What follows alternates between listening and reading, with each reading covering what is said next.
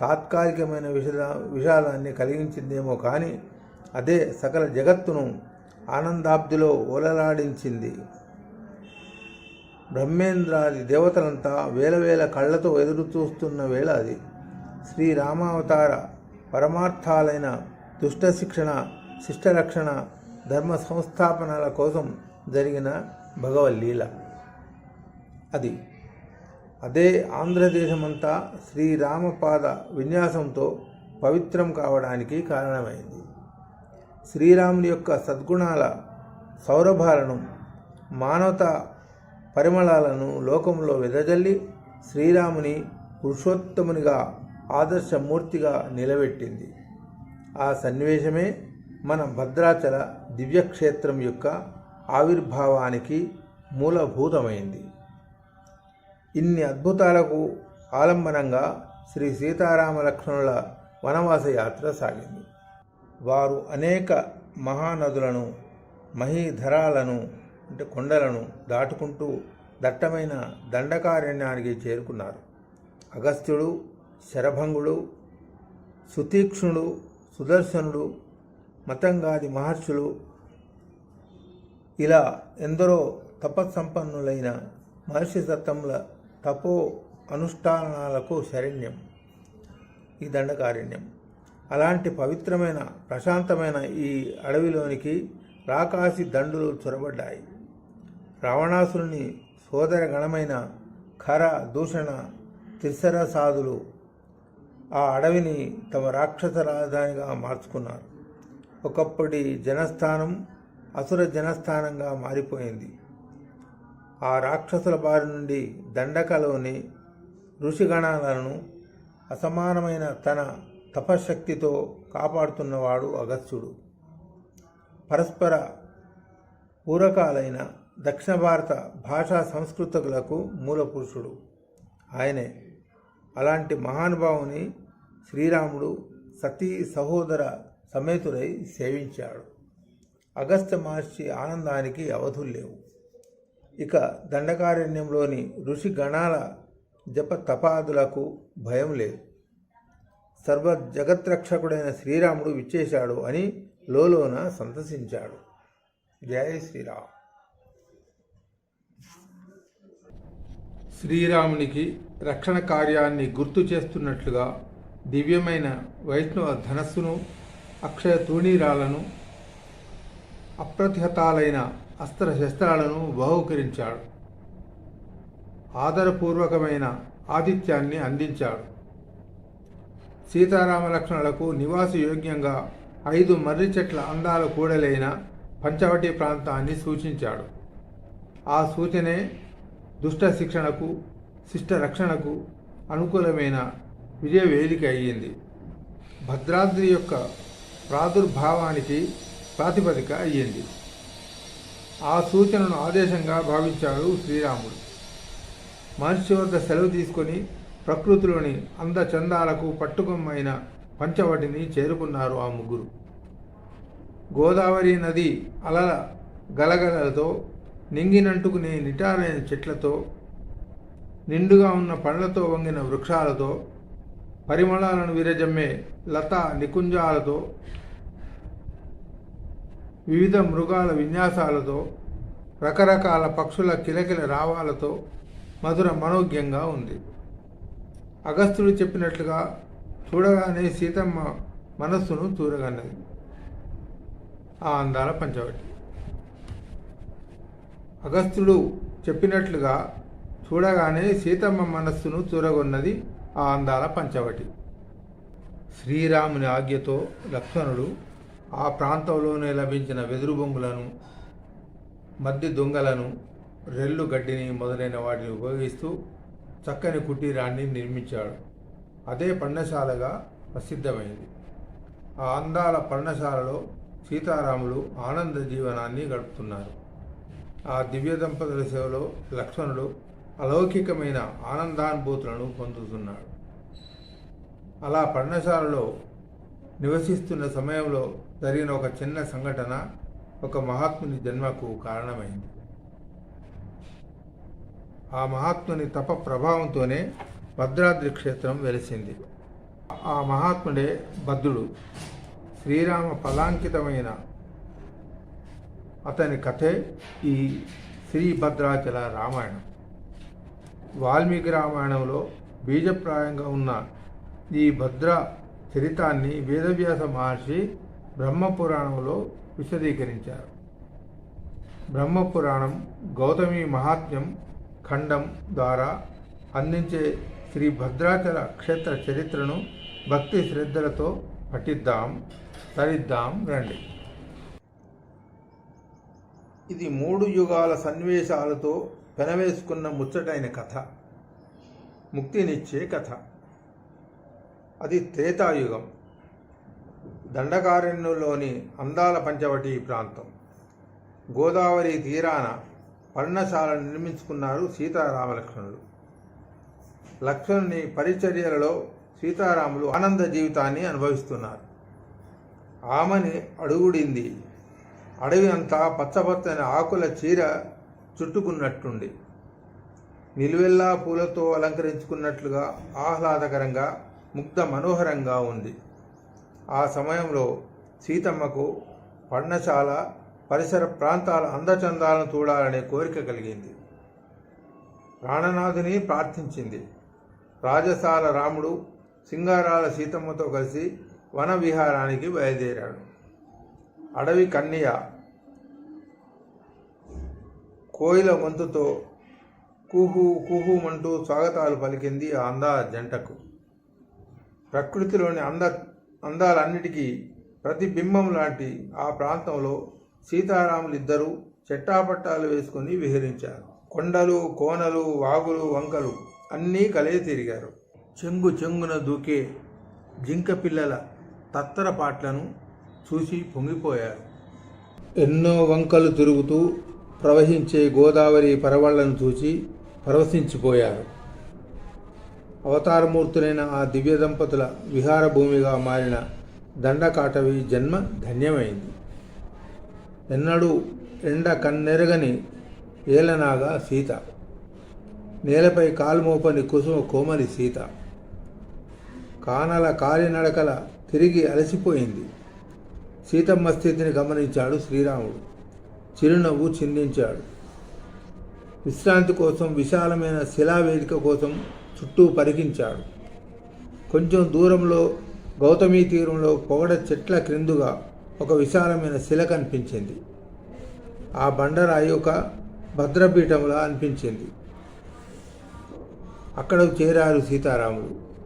పొగడల పొన్నల పూల పరిమళాల గుబాళింపుతో ఆ చోటు మనస్సులను పొలగింపజేస్తోంది.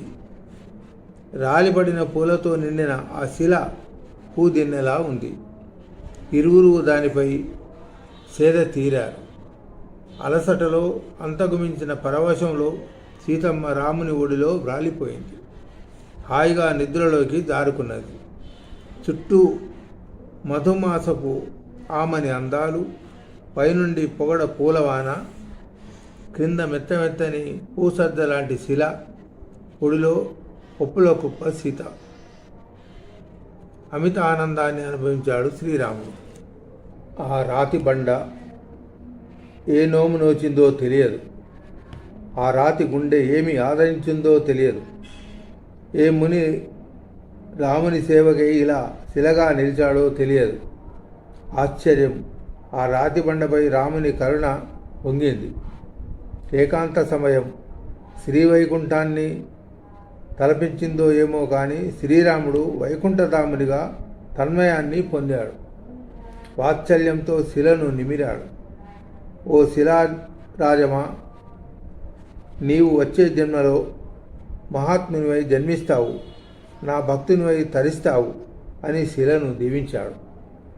ఎన్నో వేల సంవత్సరాలు తపస్సు చేస్తే తప్ప లభించిన ఆ దివ్య దంపతుల అనుగ్రహాన్ని అనతి కాలంలోనే పొందింది ఆ శిల.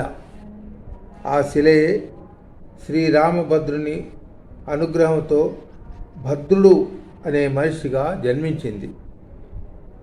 మేరుకుమారుడై జన్మించిన ఆ భద్ర మహర్షియే భద్రాచలమై భూవైకుంఠముగా కొనియాడబడుతున్నాడు. పూర్వం పరమశివునికి ధనస్సుగా మారి త్రిపురాసుర సంహారంలో విజయానికి తోడైనది మేరు అనే పర్వతం. అది బ్రహ్మాండానికి ఆధార దండం. ఆ పర్వతం చుట్టూ ఆదిత్యాది నవగ్రహాలు ప్రదక్షిణాలు చేస్తుంటాయి. దాన్ని బంగారు పర్వతంగా వేదం కొనియాడింది. అలాంటి మహోన్నతమైన పర్వతానికి అధిష్టాత మేరువు, అతని భార్య మేరుదేవి. వారి జీవితం ఎంత బంగారమైనా బంగారు కొండ లాంటి కొడుకు కోసం పరితపించసాగారు. అందుకోసమై బ్రహ్మను గురించి తీవ్రమైన తపస్సును ఆచరించారు. వారి కఠోర దీక్షకు బ్రహ్మదేవుడు చలించిపోయాడు. సత్యలోకాన్ని వీడి ఆ గిరి దంపతుల ముందు సాక్షాత్కరించాడు. బ్రహ్మదేవుని దర్శనంతో బ్రహ్మానందపడ్డారు ఆ పర్వత దంపతులు. అప్పటికి శ్రీరామతారం పూర్తి అయింది. 14 లోకాలలో పరమ పురుషుడైన శ్రీరాముని కథ వినిపించని లోకం లేదు. శ్రీరామనామాన్ని జపించని వ్యక్తి లేడు. శ్రీరామ దర్శనం కోసం పరితపించని హృదయం లేదు. మేరురాజ దంపతులకు అలా పరితపించే శ్రీరామ భక్తులైన పుత్రుడే కావాలని ప్రగాఢ వాంఛ. అందుకే వారు బ్రహ్మదేవునితో అకల్మషుడు, శ్రీరామ భక్తైక శరణుడు, నిత్య రామార్చన నిరతుడు అయిన పుత్రుని ప్రసాదించి మా వంశాన్ని తరింపజేయమని వరం కోరుకున్నారు. బ్రహ్మ అర్ధనిమీలిత నేత్రుడై చిరునవ్వు నవ్వాడు. పూర్వం శ్రీరామభద్రుని అనుగ్రహానికి పాత్రమైన శిలయే పుత్రునిగా జన్మించుగాక అని మనసున తలచి పైకి తథాస్తు భద్రమస్తు అని దీవించి అంతర్ధానమయ్యాడు. పట్టణానికి సంతోషంతో పర్వత రాజదంపతులు తమ నెలవులకు చేరుకున్నారు. ఒక సుముహూర్తాన ఆ దంపతుల వరాల కొండగా సత్పుత్రుడు జన్మించాడు. మేరురాజు పుత్రోత్సాహానికి మేరలేదు. దివి నుండి పూలవాన కురిసింది. పుడమి పులకించింది. ప్రకృతి పసిపాపలా మురిసింది. 11వ నాటి పండుగకు రంగం సిద్ధమైంది. నామకరణోత్సవానికి మేరు యొక్క పిలుపులను అందుకొని వేల్పులంతా విచ్చేశారు. దేవగురువైన బృహస్పతి జాతకర్మను నిర్వహించాడు. శ్రీరామ భద్రుని అనుగ్రహాన్ని, బ్రహ్మ దీవెనను స్మరిస్తూ త్రికాలవేది అయిన బృహస్పతి ఆ శిశువుకు భద్రుడు అనే మంగళకరమైన పేరును పెట్టాడు. శుక్లపక్ష చంద్రునిలా దినదిన ప్రవర్ధమానుడవుతున్నాడు భద్రుడు. అమ్మా నాన్నలంటే అమితమైన ప్రేమ, పెద్దలంటే అపారమైన ఆదరం. ఆ ప్రేమ ఆదరాలను మించి శ్రీరాముని యందు అనన్యమైన భక్తి. ఆ శ్రీరామనామందు అనితరమైన రక్తి. ఎప్పుడూ ఏకాంతంలో ఆ సీతాకాంతుని ధ్యానంలోనే గడుపుతుంటాడు. తోటి పిల్లలతో ఆటలు ఆడాడు. పరిహాసానికైనా పరుషంగా మాట్లాడాడు. సదా నారాయణ నామస్మరణం చేసే నారద మహర్షిలా అనవరతం ప్రతి పదంలో రామనామాన్ని, ప్రతి పనిలో రామకార్యాన్ని స్మరించుకుంటూ ఉంటాడు. ముద్దు మురిపాలతో ఆడుతూ పాడుతూ తిరగవలసిన పిల్లవాడు ఒక మునిలా, ఒక ఋషిలా వైరాగ్యంతో ఉండడం ఆ పర్వత రాజదంపతులకు పరితాపాన్ని కలిగించింది. ఒకనాడు అనుకోని అతిథిగా విచ్చేసిన నారద మహర్షికి అర్ఘ్యపాద్యాది సత్కారములను చేసే తమ మనోవేదనను వినిపించారు. త్రికాలజ్ఞుడైన నారదుడు వారి వేదనను గ్రహించాడు. వారి అదృష్టాన్ని కొనియాడాడు. కారణజన్ముడైన బాలభద్రుని పూర్వజన్మ కథను వివరించాడు. శ్రీరాముని అనుగ్రహపాత్రమైన తమ పుత్రుని పూర్వజన్మ వృత్తాంతాన్ని తెలుసుకున్న వారు పులకించిపోయారు.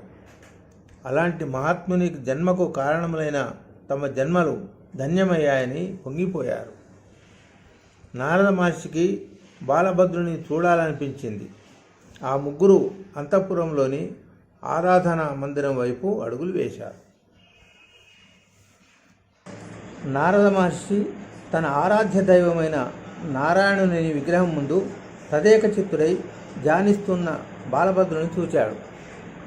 ఆ బ్రహ్మ మానసపుత్రుని మానసం ఆనంద తరంగితమైంది. ప్రేమారా ఆ బాల తపస్వి తలను నిమిరాడు నారదుడు. ఆ ముని కర స్పర్శకు అనిర్వచనీయమైన అనుభూతికి లోనయ్యాడు భద్రుడు. కనులు తెరిచి చూచాడు. నారదాకృతి దాల్చిన నారాయణ భక్తిని కనుగొన్నాడు. ఆ దేవర్షి పాదాలకు సాష్టాంగంగా నమస్కరించాడు. తనకు శ్రీరామ దర్శనమయ్యే తరుణోపాయాన్ని అనుగ్రహించమని వేడుకున్నాడు. నారద మహర్షి శ్రీరామ దర్శన లాలసురైన ఆ పసివాని తపనకు నిలువెల్లా కరిగిపోయాడు. ఆ బాలుని ఆర్తిలో ధ్రువుని స్మరించాడు. ఆ బాలుని భక్తిలో ప్రహ్లాదుడు స్ఫురించాడు. మరో బాల భాగవతోత్తమునికి ఆచార్యుడయ్యే భాగ్యం కలిగిందని లోలోన సంతసించాడు. తదేవ లగ్నం సుదినం తదేవ అనుకుంటూ అప్పుడే ఆ 10 ఏళ్ల పసివానికి శ్రీరామ తారక మంత్రోపదేశాన్ని చేశాడు. ఆచార్యుడైన నారద మహర్షి ద్వారా తన గత జన్మకథను తెలుసుకున్నాడు భద్రుడు. ఏ దండకారణ్యంలో పూర్వం శ్రీరాముని యొక్క సేవా భాగ్యాన్ని పొందానో అక్కడే మళ్ళీ శ్రీరామ సాక్షాత్కారాన్ని పొందగలనని నిశ్చయించుకున్నాడు. జన్మనిచ్చిన వారి రుణం తీరేలా, తన తపస్సు నెరవేరేలా దీవెనలీయమని తల్లిదండ్రుల పాదాలపై పడి ప్రాధేయపడ్డాడు. జ్ఞానంలో చలించని ధ్యానంలో కొండంత ఎదిగిన కొడుకును చూసి కొండలరేడు పొంగిపోయాడు. సతీ సహితుడై అభీష్టసిద్ధి కలిగేలా ఆశీర్వదించాడు. బాలభద్రుడు బయలుదేరి దండకారణ్యానికి చేరుకున్నాడు. నిర్జనము, నిహత దుర్జనము, క్రూర మృగ తర్జనము అయిన ఆ అరణ్యంలోనికి నిర్భయంగా ప్రవేశించాడు. నారద మహర్షి అనుగ్రహంతో తాను గత జన్మలో శ్రీరామ కరుణను పొందిన స్థానాన్ని గుర్తించగలిగాడు. ఆ పావన గౌతమీ తీరంలో పసివాని తపస్సు ప్రారంభమైంది. ఆ ప్రాంతాలలో తపో అనుష్ఠానాలను నిర్వర్తించుకునే మహర్షులు సైతం ఆశ్చర్యచకితులై ఆశీర్వదించి వెళ్ళడం పరిపాటి అయింది. సంవత్సరాలు గడుస్తున్నాయి. నానాటికి భద్రుని యొక్క తపస్సు తీవ్రం కాసాగింది.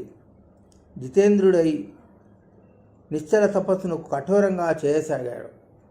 దేవలోకాలలో కలవరం మొదలైంది. అమరుల గుండెల్లో ఆందోళన పెరిగింది. భద్రమహర్షి యొక్క తపస్సును పరీక్షించదలిచాడు దేవేంద్రుడు. భద్రుడు చలించి స్వర్గ సుఖాల కోసం వెంపల్లాడతాడేమోనని పరీక్షిద్దామనుకున్నాడు ఆ 1000 కళ్ళ వేల్పురేడు. ఫలితంగా దివి నుండి భువికి అప్సరసలు దిగారు. తమ అందచందాలతో గాన నర్తనాలతో భద్రుని తపస్సును భగ్నం చేయడానికి పరిపరి విధాలా పాటుపడ్డారు.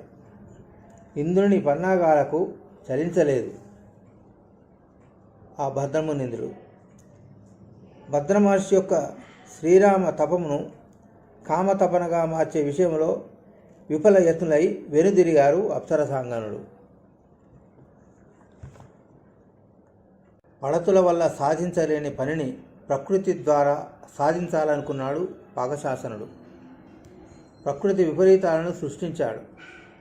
జవరాళ్ల గానాలకు చలించని ఆ మునిని రాళ్లవానతో పెనుగాలితో జయించాలని ప్రయత్నించాడు. తాను విఫలమయ్యాడు. తాపసి తపశ్శక్తి ముందు తన శక్తిహీనతను గుర్తించాడు. భద్రమహాముని తపస్సు మరింత ప్రజ్వలించింది.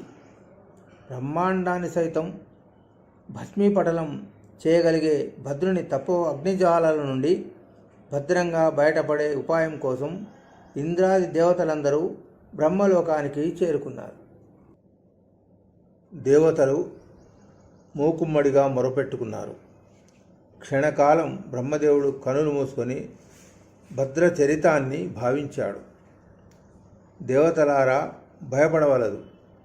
భద్రుని తపస్సు కోరికల కోసం కాదు, శ్రీమన్నారాయణుని అనుగ్రహం కోసం, ఆ స్వామి యొక్క అద్భుతమైన శ్రీరామరూప సాక్షాత్కారం కోసం. కాబట్టి అతని తపస్సు వల్ల ఎవరికీ ఎటువంటి హాని లేదు. పైగా అతని తప ప్రభావం వల్ల మళ్ళీ మనం జగన్మోహనకరము జగద్రక్షాకరము అయిన శ్రీరామావతారాన్ని సేవించుకోబోతున్నాము. అంతేకాదు ఆ శ్రీరాముని అందాల రూపం భూలోకాన అర్చామూర్తిగా ఆరాధనలను అందుకోబోతోంది. విశ్వకళ్యాణం జరగబోతుంది అని బ్రహ్మదేవుడు దేవతలకు అభయాన్నిచ్చి ఇంద్రాది సర్వదేవతాగణంతో శ్రీ మహావిష్ణు సన్నిధానానికి బయలుదేరాడు. శ్రీమన్నారాయణుని సంకీర్తనం చేసుకుంటూ అందరూ క్షీరసాగరానికి చేరుకున్నారు. ముందుగా క్షీరాబ్ది కన్యక అయిన శ్రీ మహాలక్ష్మిని సేవించారు. ఆ తల్లి తన శుతిమెత్తని చేతులతో ఒత్తే శ్రీపాదాలను సేవించారు. శ్రీపాదాల నుండి శిరోమకుటం వరకు శ్రీ స్వామి యొక్క దివ్యమంగళ రూపాన్ని శృతి సంవిధానంగా స్తుతించారు. ఆ పాల కడలిపై శేషతల్పాన పవళించి ఉన్న పరంధాముని సేవించి పరవశించిపోయారు. స్వామి చిరునవ్వులు చిందించాడు. అరవిందం లాంటి చేతితో అభయాన్ని అందించాడు. బ్రహ్మాది దేవతలారా, తమ ఆగమనానికి కారణమేమి అని మృదు మధురంగా శృతి శుభంగా పలకరించాడు. ప్రణవనాదం లాంటి ఆ పలకరింపుకు పరమానందపడిపోయారు వారు. ఆర్తత్రాణపరాయణ శ్రీమన్నారాయణ నిశ్చల తపో నిరతుడైన భద్రుని తపోవృత్తాన్ని నివేదించడానికి వచ్చాము. హే కరుణామయ, నీవు సర్వజ్ఞుడవు. భద్రుని అనుగ్రహించి భువనత్రయాన్ని రక్షించవలసినది అని బ్రహ్మ మహేంద్రాదులు ప్రార్థించారు. భద్రుని స్మరించగానే ఆ భక్తవత్సలుని హృదయం కరుణతో నిండిపోయింది. విరించి భద్రుని తపస్సు వల్ల అవని తరించింది, అతని తపస్సు ఫలించింది అంటూ దేవదేవుడు దిగున లేచాడు. దేవతలంతా దిగ్భ్రాంతులయ్యారు. శ్రీ మహావిష్ణువు మారు మాట్లాడకుండా పరుగులాంటి నడకతో బయలుదేరాడు. తలవని తలంపుగా ఉరకలు వేస్తున్న నాదును చూచి తడబడుతూ తాను వెంబడించింది శ్రీ మహాలక్ష్మి. సర్వసన్నద్ధులై సర్వదా సంసిద్ధులై ఉండే గరత్మంతుడు ఆ సన్నివేశాన్ని చూచి బిత్తరపోయాడు. వాయువేగ మనోవేగాలను మించిన తన వేగానికి కూడా అందని వేగంతో పరుగుడే స్వామి వెనుక పడిలేస్తూ పరుగు తీయడం ప్రారంభించాడు. స్వామి యొక్క ఇంగితాన్ని గ్రహించిన శంఖచక్ర ధనుశరాలు శరవేగంతో రామ బాణాల్లా దూసుకొస్తూ స్వామిని అనుసరించాయి. విస్తుపోతూ విక్షసేనుడు కూడా వేత్రహస్తుడై వెంబడించాడు.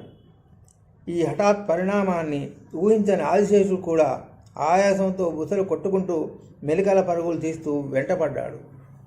పరివారమంతా పరుగులు తీశారు. ఒక్క మాటలో చెప్పాలంటే వైకుంఠ నగరమే కదిలి వస్తోంది. అలా వైకుంఠధాముని వెనక పరుగులు పెడుతూ వెంబడిస్తున్న బ్రహ్మాది దేవతలకు అలనాటి గజప్రాణ వనోత్సాహం అంటే గజేంద్ర మోక్షం గుర్తుకు వచ్చింది. ఒక్క మాటలో చెప్పాలంటే వైకుంఠ నగరమే కదిలి వస్తోంది. సిరికింజప్పుడు శంఖచక్ర యుగమున్ చేదోయ్ సంధింపడే పరివారము జీరడభ్రగపతిన్ మన్నింపడున్ అన్నట్లుగా భద్రునిపై వాత్సల్యంతో పరుగులు తీసే ఆ పరంధాముని ఆర్తరక్షణ దీక్షతను వేణువుల కీర్తిస్తూ వెంబడించారు. నిరంతర శ్రీరామ నామధ్యాన తత్పరుడైన పరమశివుడు ధ్యేయమైన శ్రీరామ రూపాన్ని సేవించుకోవడానికై పార్వతీ సమేతుడై శ్రీకాంతుని చెంతకు చేరాడు.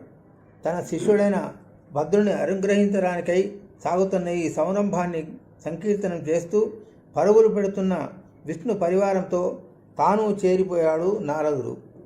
అలా సత్య కైలాస స్వర్గాది లోకాలను దాటుకుంటూ సర్వ పరివార సహితుడై వైకుంఠనాథుడు భూలోకానికి చేరువయ్యాడు. ఆంజనేయుడు తన స్వామి రామచంద్రుడు మళ్ళీ అవతరిస్తున్నాడని తెలిసి అమందానందంతో గంధమాదనగిరి నుండి ఒక్క గెంతులో అక్కడికి చేరుకున్నాడు. బాష్పవారి పరిపూర్ణలోచనుడై స్వామికి స్వాగతం పలకడానికి సమాయుక్తమైనాడు.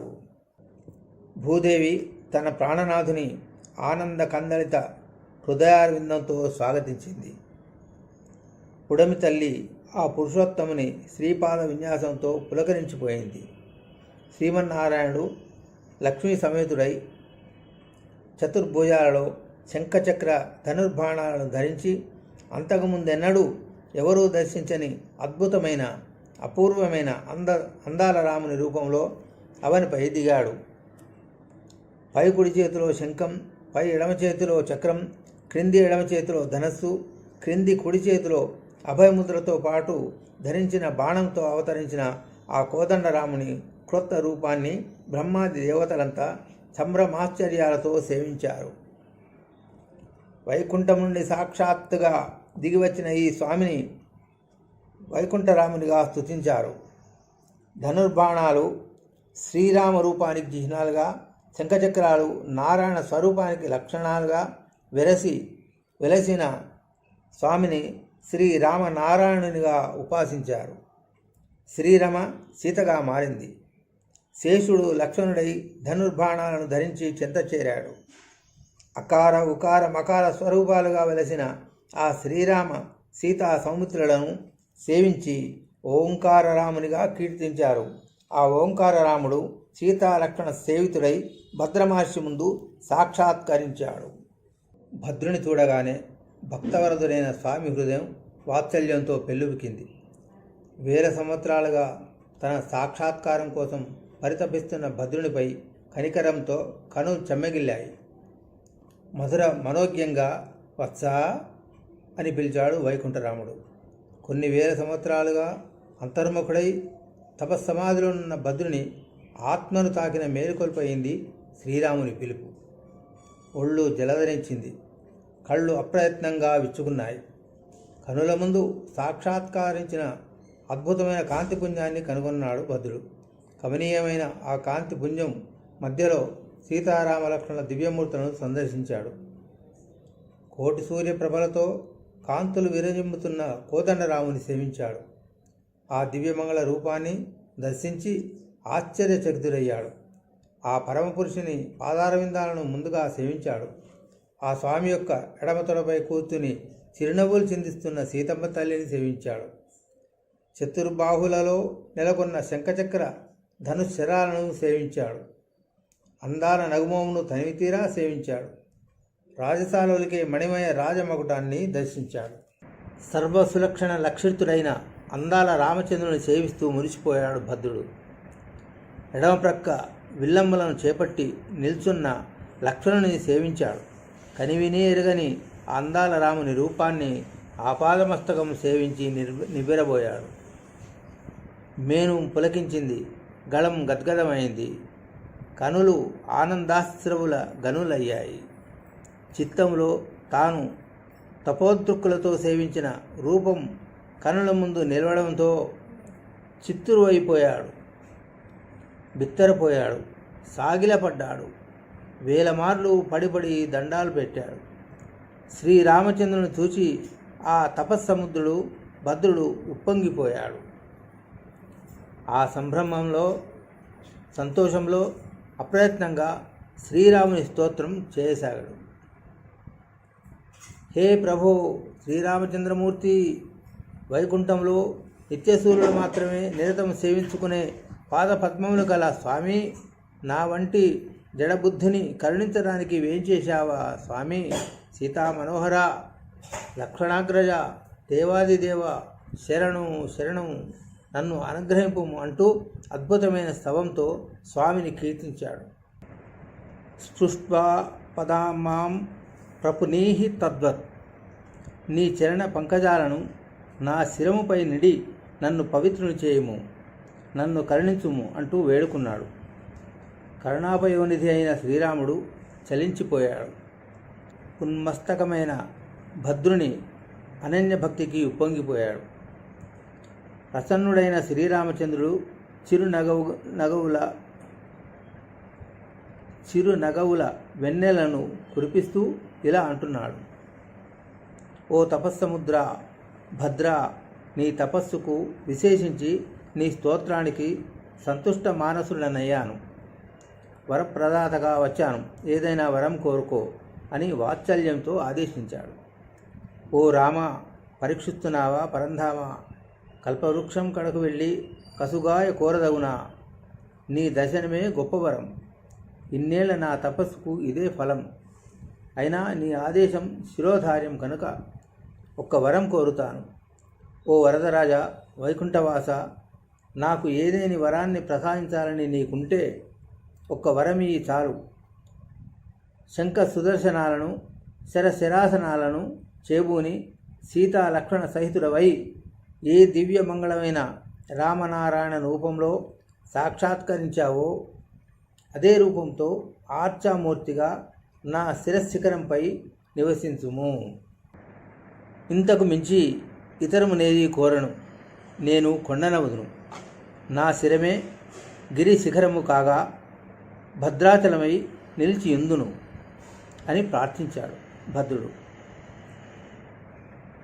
ఆ సంయమేంద్రుని సర్వజనహితకరమైన కోరికను విని తాను కొండంత పొంగిపోయాడు కోదండరాముడు. ఇచ్చితి వరమది మిచ్చితి నాయన, సర్వజనహిత వ్రతపరాయణ, భక్తుల వరమై భద్రాచలమై ఆకల్పాంతము సేవలందుమా.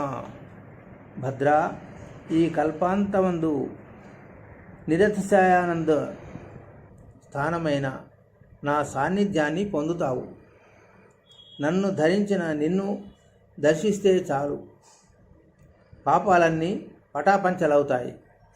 నీ పర్వత పాదాలను స్పృశిస్తూ ప్రవహించే గోదావరి మరింత పవిత్రమై జగత్తును పావనం చేయగలదు అని శ్రీరాముడు అనుగ్రహించాడు. అచంచల శ్రీరామభక్తి సంపన్నుడు ప్రపన్నుడైన భద్రుడు అచలం కొండగా మారాడు.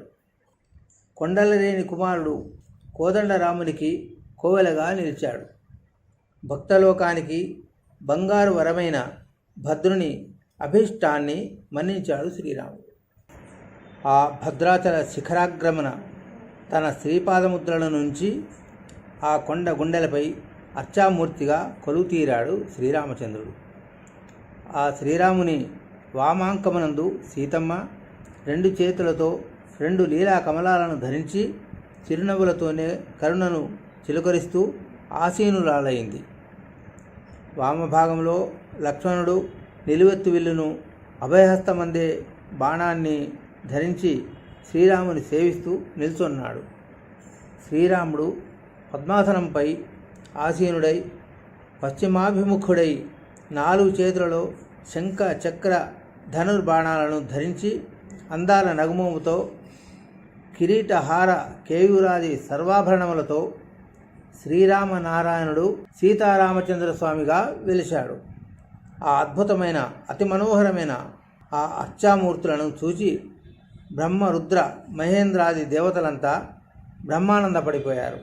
విరించి వేద మంత్రాలను పఠించసాగారు. పార్వతీ పరమేశ్వరులిద్దరూ శ్రీరామనామాన్ని ఆ దివ్య రూపాన్ని ధ్యానం చేయసాగారు.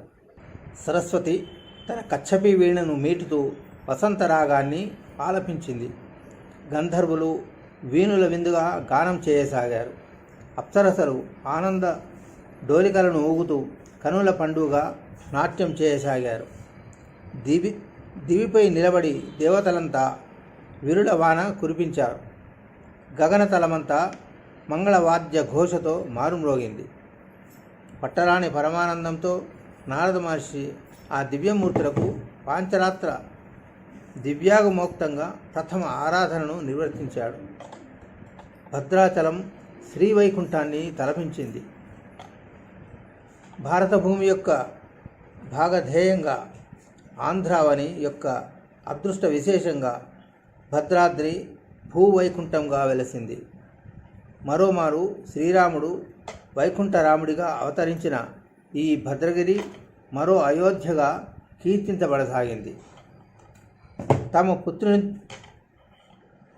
తమ పుత్రుని తపప్రభావంతో శ్రీవైకుంఠమే భూమిపై వెలిసిందన్న వార్తను తెలుసుకున్న మేరు పర్వత రాజదంపతులు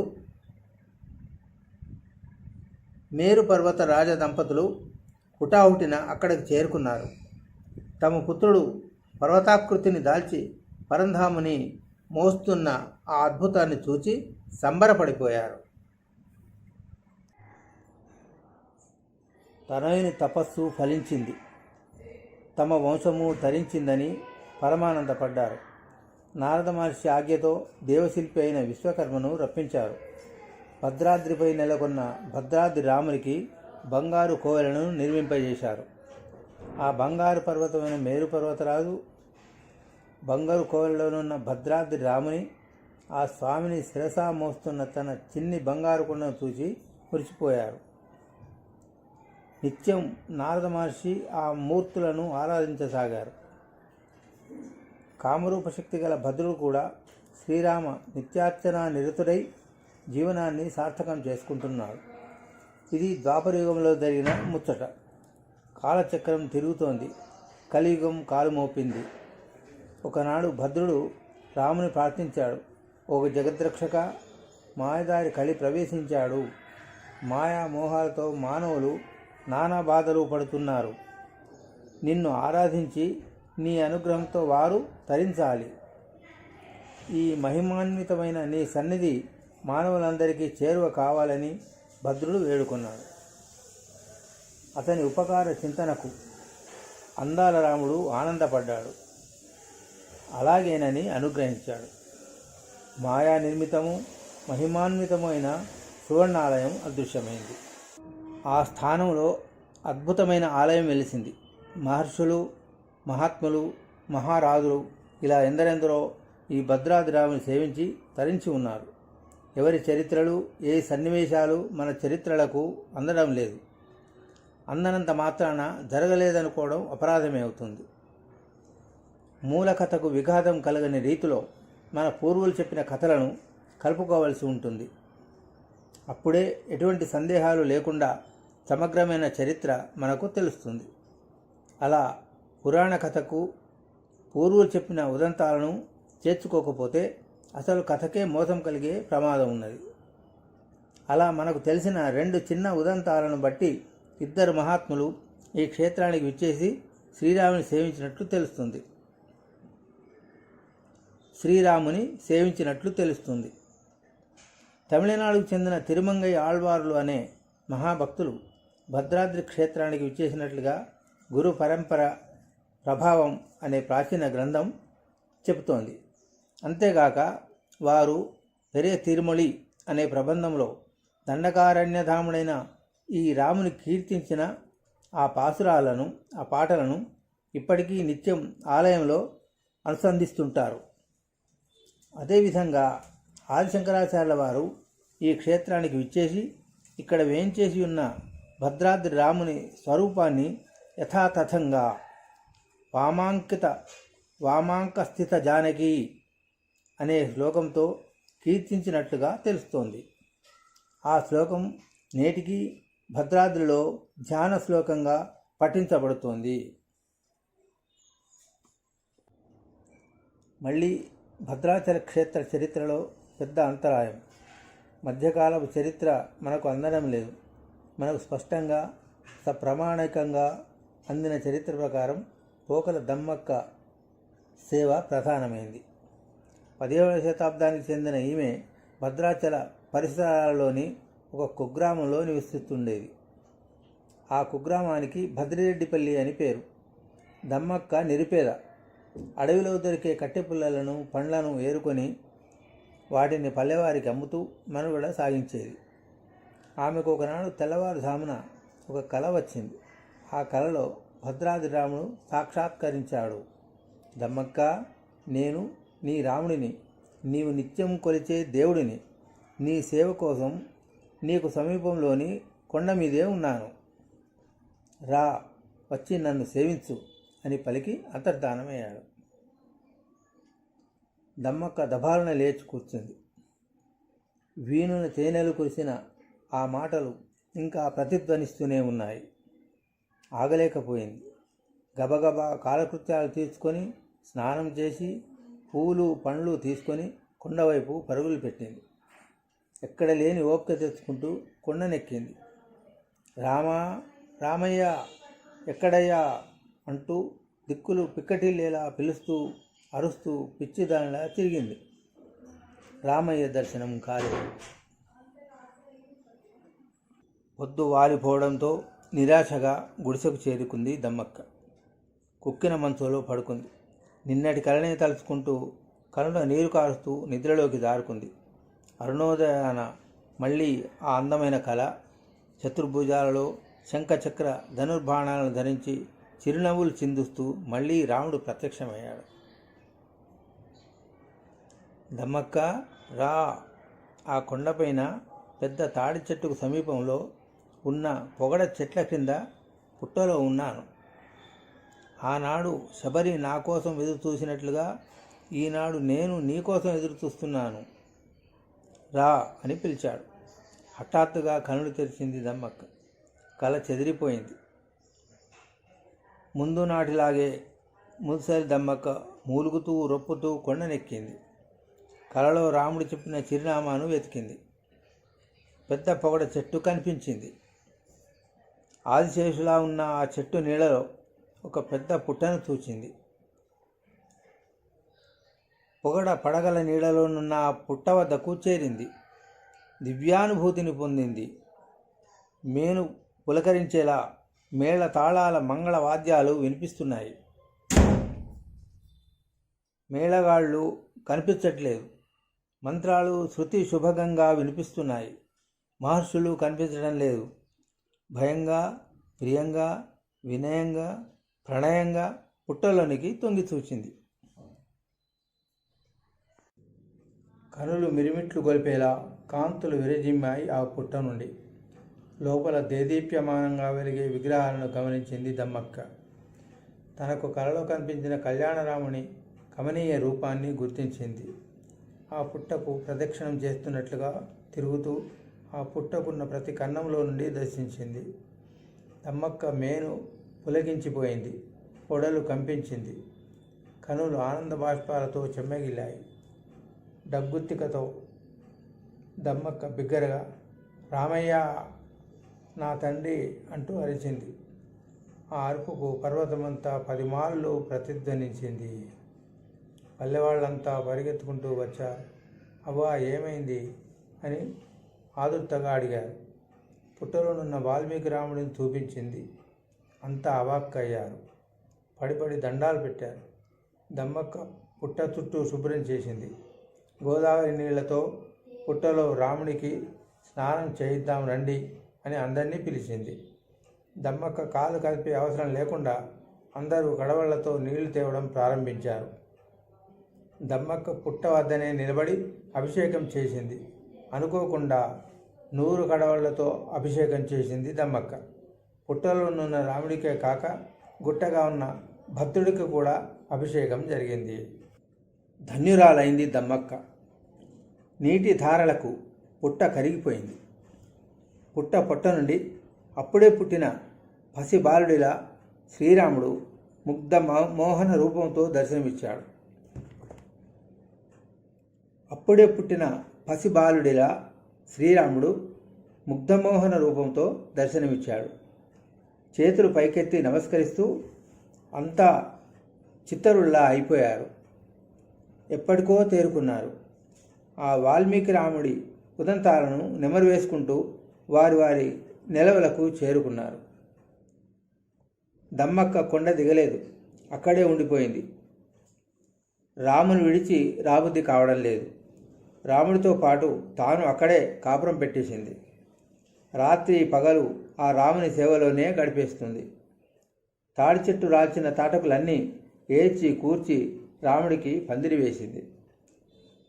నిత్యం గోదావరి నీళ్లతో శ్రీరాముడిని అభిషేకం చేయడం, పొగడ పూలతో పూజ చేయడం, తాటిపండు నివేదించడం ఇది దమ్మక్క దినచర్య. ఆ దివ్యమూర్తుల ముందుగా కొంచెం దూరంలో ధ్వజస్తంభంలో ఒక తాడి చెట్టు ఉంది. దమ్మక్కకు అదే తోడు నీడ అయింది.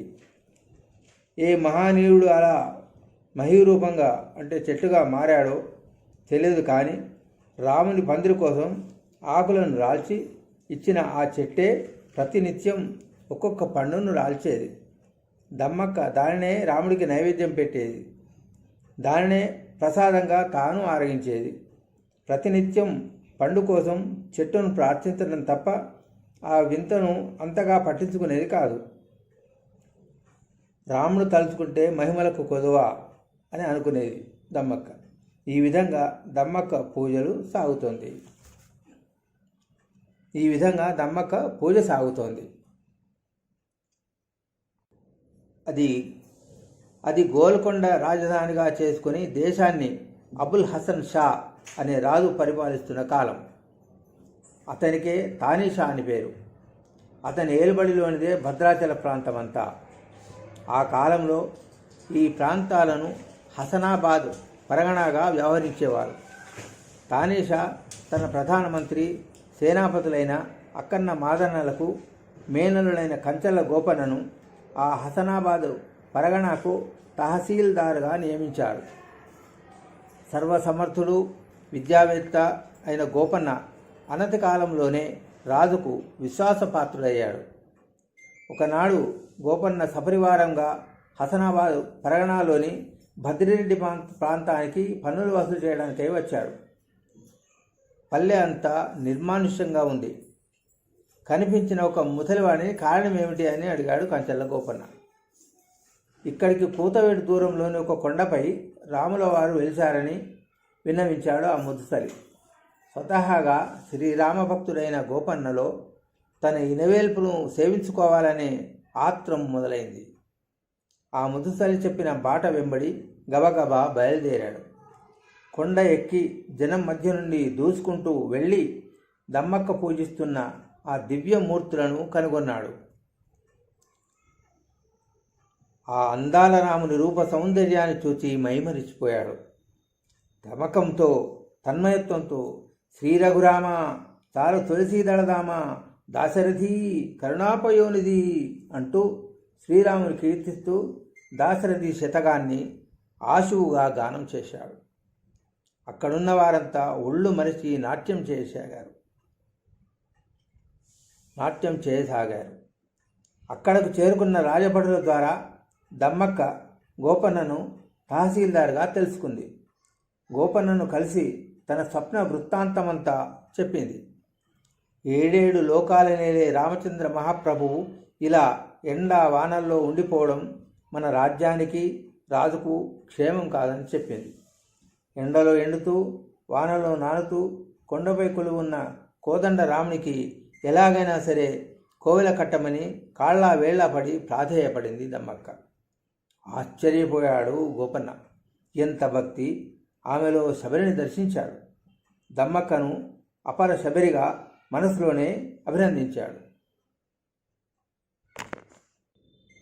వాస్తవానికి వైకుంఠరాముని సేవించగానే తన మదిలో మెదిలిన మొదటి యోచన ఆలయ నిర్మాణమే. తన సంకల్పాన్ని దమ్మక్క మాటల ద్వారా శ్రీరాముడు బలపరిచినట్లుగా భావించాడు గోపన్న. సఫలమైనట్లుగా సంభావించాడు. శ్రీరామ అనుగ్రహం కలిగిందని ఆనందించాడు. అప్పటికప్పుడే భటులను పంపించి తన ఆచార్యులైన శ్రీ రఘునాథ భట్టర్ వారిని సగౌరవంగా రప్పించారు. గోపన్న ముందే పంపిన వర్తమానం ప్రకారం భట్టర్ వారు పండిత ప్రకాండులతో, పురాణ గ్రంథాలతో అక్కడికి విచ్చేశారు. శ్రీరాముడు ఇక్కడ స్వయం వ్యక్తం కావడానికి కల కారణాన్ని తెలుసుకోవడానికై పండితులందరూ పురాణ గ్రంథాలను ఆమూలాగ్రం అన్వేషించారు. బ్రహ్మ పురాణాన్ని పరిశీలిస్తున్న భట్టర్ వారికి గౌతమి మహాత్మ్య ఖండంలో భద్రాచల క్షేత్ర చరిత్ర కనిపించింది. ఆనందంతో అందరికీ సంక్షిప్త సుందరంగా క్షేత్ర ప్రశస్తిని ప్రవచించారు. గోపన్న, దమ్మక్క మొదలగు వారందరూ తామున్న కొండను భద్రాచలంగా గుర్తించారు. భద్రమహర్షి తపఫలంగా అవతరించిన స్వామిని భద్రాద్రి రామునిగా, భద్రాద్రి వరదునిగా తెలుసుకున్నారు. అద్భుతమైన భద్రాద్రి క్షేత్ర చరిత్రను సమగ్రంగా తెలుసుకొని సంభ్రమాశ్చర్యాలకు లోనయ్యారు. గోపన్న వెంటనే గ్రామీణులందరినీ ఉద్దేశించి, ప్రజలారా విన్నారు కదా, భద్రాచల క్షేత్ర వైశిష్టాన్ని, భద్రాద్రి రాముని మహాత్మ్యాన్ని, మనమంతా కలిసి రాముని ఆలయాన్ని నిర్మించుకుందాం. ఈ నిర్మాణ యజ్ఞంలో మనందరి భాగస్వామ్యం వల్ల మన ద్రవ్యానికి పవిత్రత ఏర్పడుతుంది. మనం చరితార్థులం అవుదాము అని వివరించాడు గోపన్న. రాముడికి కట్టే కోవెలకు తామే నిర్మాతలమన్న భావన వారిలో అమంద ఆనందాన్ని కలిగించింది. వారంతా ముక్త కంఠంతో ఇలా అన్నారు: గోపన్న మహాశయ, త్వరలో మేమంతా కలిసి చందాలు ప్రోగు చేసి సమర్పిస్తాం. అయితే ఈ శుభకార్యానికి, ఈ మహాయజ్ఞానికి ఆలస్యం కాకుండా మీ వద్దనున్న సర్కారు పైకంతో పనులు ప్రారంభింపజేయండి అని ప్రార్థించారు. ప్రజల కోసమే ప్రభుత్వం, ప్రజలకు యోగక్షేమాలను కలిగించడం కోసమే ప్రభుత్వ ధనం. ప్రజల అవసరాలను తీర్చడం, సౌకర్యాలను కల్పించడం తహసీల్దార్గా తన బాధ్యత. ఇది ప్రజాభీష్టం అని మనసులో నిర్ణయించుకున్నాడు. ప్రజావచనాన్ని ప్రభువుల శాసనంగా భావిస్తున్నాను అంటూ గోపన్న గురువర్యుల వైపు చూచాడు. భట్టర్ వారు ఆనందంగా తల పంకించి ఆమోదముద్రను తెలుపుతూ, ఇది ప్రభువుల శాసనం మాత్రమే కాదు, మహాప్రభువైన శ్రీరామచంద్రుని ప్రశాసనం అంటూ ఆచార్యవర్యులు మంగళాశాసనం చేశారు. అందాల రామునికి ఆలయ నిర్మాణం ప్రారంభమైంది. పనులన్నీ చకచక శరవేగంగా జరిగిపోతున్నాయి. నిర్మాణ విషయంలో తాపి మేస్త్రీలందరూ నిమిత్త మాత్రులే అయ్యారు. ఏదో అదృశ్య శక్తి వెనుక నుండి నడిపిస్తున్నట్లుగా అనతి కాలంలోనే ఆలయ నిర్మాణం పూర్తయింది. రాజస్థాలోలికే రాజగోపురం, చూడముచ్చటగా కొలువు తీరిన చుట్టు గుళ్ళు, దివ్య విమానంతో తేజరిల్లే గర్భాలయం, ప్రాకారాలు, మండపాలు, ఇలా భద్రాద్రి రాముని ఆలయం భవ్యమైన రీతిలో రూపుదాల్చింది. గోపన్న ఒక ప్రక్క ఆలయ నిర్మాణం సాగుతుండగానే కిరీటాలను, చింతాకు పథకం మొదలైన ఆభరణాలను, అవసరమగు వస్తువులను తయారు చేయించాడు. ఆలయానికి కావలసిన అన్ని హంగులను సమకూర్చాడు. ఒకవైపు ఆలయ నిర్మాణం, ఆభరణాల నిర్మాణం జరుగుతుండగానే గోపన్న మనసెరిగిన గురువులు శ్రీ భట్టాచార్యుల వారు ఆరాధన, సంకీర్తనల వైపు దృష్టి సారించారు. శ్రీ వైష్ణవ సంప్రదాయానికి మూల క్షేత్రమైన శ్రీరంగ క్షేత్రం నుండి శ్రీ పాంచరాత్ర ఆగమ శాస్త్ర విద్వాంసులైన 5 కుటుంబాల వారిని, సంకీర్తన సంప్రదాయాన్ని ఎరిగిన 3 హరిదాసుల కుటుంబాల వారిని రప్పించారు. గోపన్నతో పాటు అందరికీ శ్రీరామ తారక మంత్రాన్ని ఉపదేశించారు. ఆరాధన విధానాలను సూచించారు. ఆలయంలో కట్టుబాట్లను విధించారు. హరిదాసులకు భజన సంప్రదాయ రీతులను వివరించారు. భద్రాద్రి రాముని ఆలయ ప్రతిష్టా మహోత్సవానికి శుభముహూర్తాన్ని నిశ్చయించారు. ఆలయానికి సమీపంలో యాగశాల నిర్మించబడింది. ప్రతిష్టాంగ కార్యక్రమాలు వైభవోపేతంగా జరుగుతున్నాయి. అధివాసాల సమయం ఆసన్నమైంది. గర్భాలయంపై ప్రతిష్ఠించవలసిన సుదర్శన చక్రం కనిపించలేదు. అంతటా వెతికి విసిగి వేసారిపోయారు. గోపన్నకు దుఃఖం ముంచుకొచ్చింది. నేనేదో అపరాధం చేశాను. నా వల్ల భద్రాద్రి ప్రతిష్ఠ ఆగకూడదు అని లోలోన మదనపడ్డాడు. నా వల్ల భద్రాద్రి ప్రతిష్ఠ ఆగకూడదు అని లోలోన మథనపడ్డాడు. ఆత్మత్యాగానికి పూనుకున్నాడు. స్వామి శ్రీరామ, నీ దాసుడిని అయిన నన్ను స్వీకరించి నీ సుదర్శన చక్రాన్ని అనుగ్రహించుము. భద్రాచల ప్రతిష్టను నిర్విఘ్నం చేయి అంటూ గోదావరిలో దూకేశాడు గోపన్న. గోపన్న తలకు ఏదో తాకినట్లు అనిపించింది. ఎవరో తన్ను ఒడ్డుకు లాగుతున్నట్లు అనిపించింది. కనులు తెరచి చూశాడు. ఆశ్చర్యపోయాడు. తాను తీరానికి సమీపంలో ఉన్నాడు. తన తల వద్ద పెద్ద సుదర్శన చక్రం దగదగ మెరుస్తూ కనిపించింది. దాన్ని తీసుకుని లేచి నిల్చున్నాడు. గోదావరిలో నడుములోతులో తానున్నాడు. తలపై సుదర్శన చక్రాన్ని ధరించి పట్టరాని పరమానందంతో శ్రీరామ భజన చేస్తూ ఒడ్డుపైకి చేరాడు. భక్తజనమంతా మహాభక్తుని చూచి హర్షధ్వానాలు చేశారు. శ్రీరామనామ స్మరణంతో ఆ ప్రాంతమంతా మారుమ్రోగిపోయింది. దైవదత్తమైన ఆ సుదర్శన చక్రాన్ని శిరసావహిస్తూ వస్తున్న గోపన్నను చూసి భట్టరువారు, గోపన్న, రాముడు నీ ఆర్తిని ఆలకించాడు, నిన్ను దాసినిగా గ్రహించాడు. నీవు రామదాసుడివి. రాముడి మహిమలను లోకములో చాటడానికి అవతరించిన కారణ జన్ముడివి. నీకు ఆచార్యుడనైన నా జన్మ కూడా చరితార్థమైంది నాయన అంటూ హర్షాతిరేకంతో ఆలింగనం చేసుకున్నారు. ఆ మాటలను విన్న అందరూ ఒక్కసారిగా జయహో రామదాస, జయహో అంటూ హర్షధ్వానాలు చేశారు. ప్రతిష్ఠా కార్యక్రమం నిర్విఘ్నంగా కొనసాగుతుంది. రామదాసు ఆజ్ఞతో భటులు గోపన్న ఊరైన నేలకొండపల్లికి వెళ్ళి వారి భార్య కమలమ్మ గారిని, కుమారుడు రఘురాముని తోడుకొని వచ్చారు.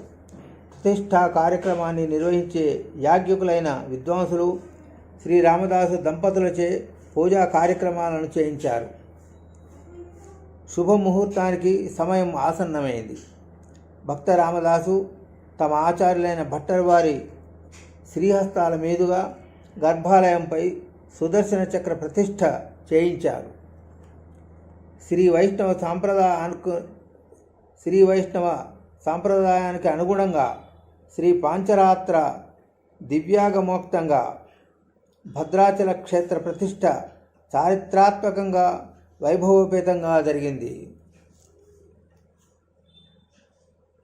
అప్పటికే భద్రాద్రి రాముని మహిమలు, భక్తరామదాసు భక్తి ప్రపత్తులు దేశవ్యాప్తంగా కొనసాగాయి.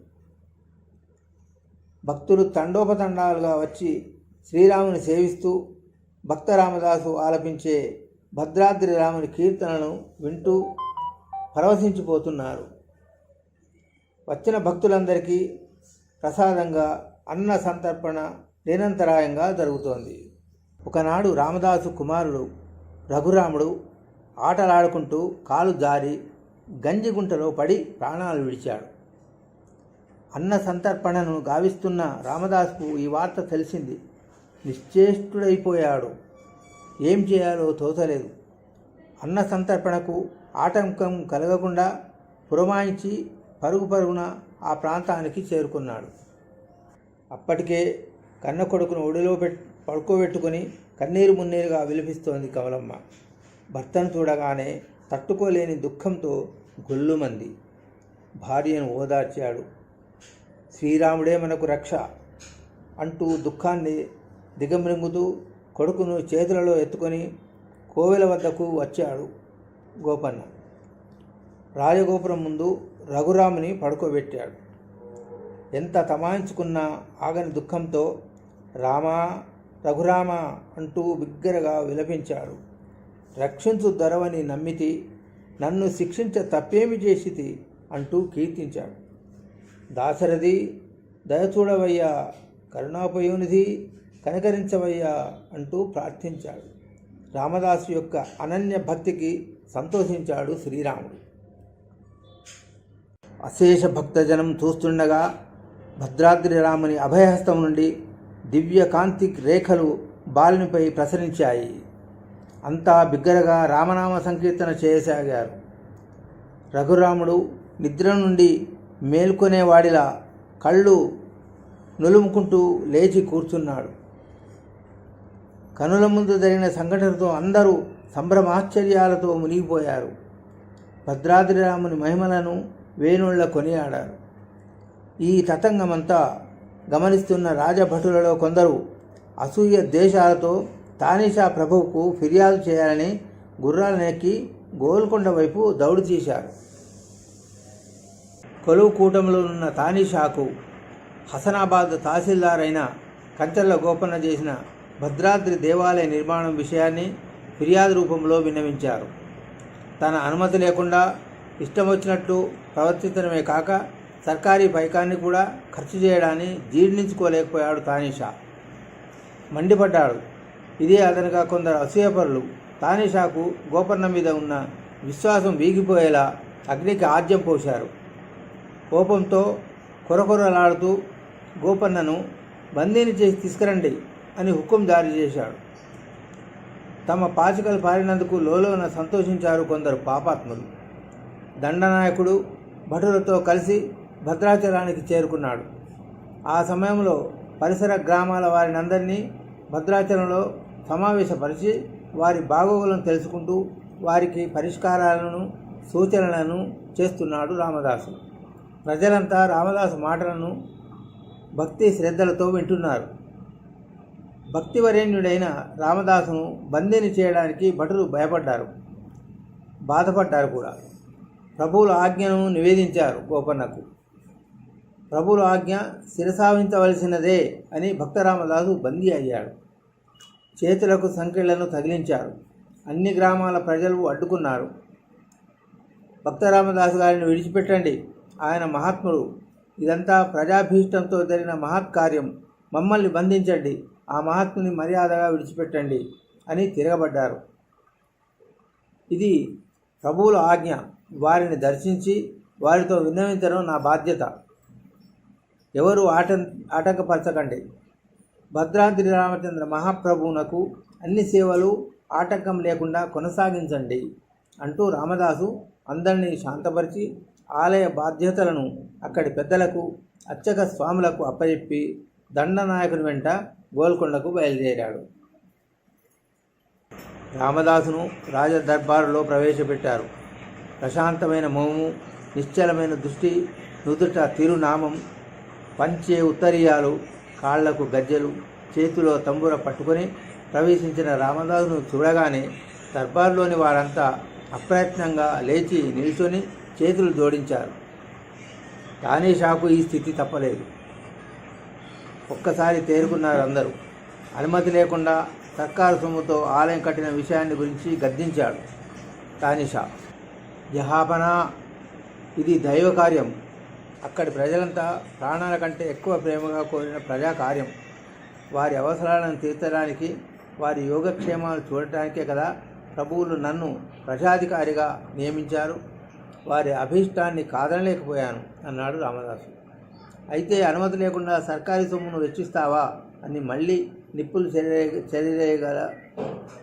నిప్పులు చెరిగేలా మండిపడ్డాడు తానేషా. ప్రభు, ఇది సర్కారీ సొమ్ము కాదు, ప్రజల సొమ్ము. పన్నుల రూపంలో వారు కట్టినదే. వారికి ఏ సౌకర్యాలు చేయకుండా, వారి అవసరాలు ఏవి తీర్చకుండా ఉన్న మనకు వారి నుండి శిస్తులు వసూలు చేసే అధికారం లేదు. అదికాక ఖర్చు చేసిన 6 లక్షల వెండి నాణేలకు బదులుగా అక్కడి వారు విరాళాల రూపంలో సేకరిస్తున్నారు. వాటిని త్వరలోనే ఖజానాకు సమర్పిస్తాము అన్నాడు రామదాసు వినయంగా. నీకు రాజశాసనం కంటే రాముని ఆలయం ముఖ్యమైనదా అని తానేషా మళ్ళీ గర్జించాడు. రాజు రాముని తూలనాడడాన్ని రామదాసు సహించలేకపోయాడు. ప్రభు, మీరు ఈ గోల్కొండకు మాత్రమే ప్రభువులు. అఖిలాండకోటి బ్రహ్మాండాలకు మహాప్రభు శ్రీరాముడు. మనమందరం ఆయన ఏలుబడిలోనే వాళ్ళమే. ప్రభువులం అనే పేరుతో ప్రజల సొమ్మును మన వినోదాల కోసం, వైభోగాల కోసం విచ్చలవిడిగా వెచ్చించే మనం ఆ మహాప్రభువుకు చిన్న గుడి కడితే తప్పేముంది? కొంతైనా మన పాపం తీరుతుంది. జహాపనా, మీరు, నేను, ఈ జగత్తులో వారందరూ ఆయన పాదాల దాసులమే అని ఆవేశంగా జవాబిచ్చాడు రామదాసు. తానేషా ఆగ్రహోదగ్రుడయ్యాడు. రామదాసుకు రాజద్రోహం క్రింద 12 ఏళ్ల కఠిన కారాగార శిక్షను విధించాడు. మారు మాట్లాడకుండా సభ నుంచి నిష్క్రమించాడు తానేషా. అందరికీ ఈ శిక్ష ధర్మ విరుద్ధము, అన్యాయము అని తెలిసినా ఎవ్వరూ ఏమీ మాట్లాడలేకపోయారు. భటులు రామదాసును చెరసాలలో బంధించారు. రాముడి గుడి కంటే రాజు ఆజ్ఞ ముఖ్యం అని రామదాసుతో ఒప్పించడానికి విశ్వ ప్రయత్నాలు చేశారు. చిత్రహింసలకు గురి చేశారు. రామదాసు చెక్కు చెదరలేదు, ఏ శిక్షకు బెదరలేదు. నిరంతర శ్రీరామ సంకీర్తన తత్పరుడై, నిశ్చల శ్రీ భద్రాద్రి రామధ్యాన నిమగ్నుడై అన్ని శిక్షలను శ్రీరామ రక్షకులుగానే భావించాడు. భవబంధాలను తొలగించడానికే భద్రాద్రి రాముడు ఈ బంధాలను తగిలించాడని భావించాడు. అన్ని ప్రారబ్ధ కర్మలను అనుభవింపజేసి తన సాన్నిధ్యాన్ని ప్రసాదించడానికే ఇలా చిత్రహింసలను పెట్టిస్తున్నాడని సంభాళించుకున్నాడు. అప్పుడప్పుడు బాధలకు తట్టుకోలేక సీతారామస్వామి నే చేసిన నేరములేమి అని కీర్తిస్తూ నిలదీసేవాడు.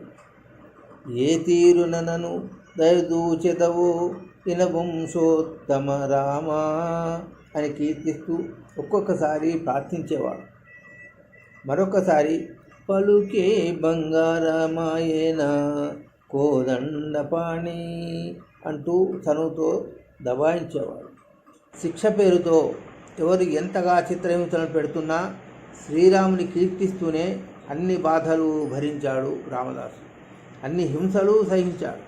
తట్టుకోలేని బాధ కలిగినప్పుడు ఆ రాముడినే ఎవడబ్బ సొమ్మని కులుకుతూ తిరిగేవు రామచంద్ర అంటూ నిందించేవాడు. అబ్బా చిట్టి తినని ఆయాసపడబోకు రామచంద్ర అంటూ నివేదించుకునేవాడు.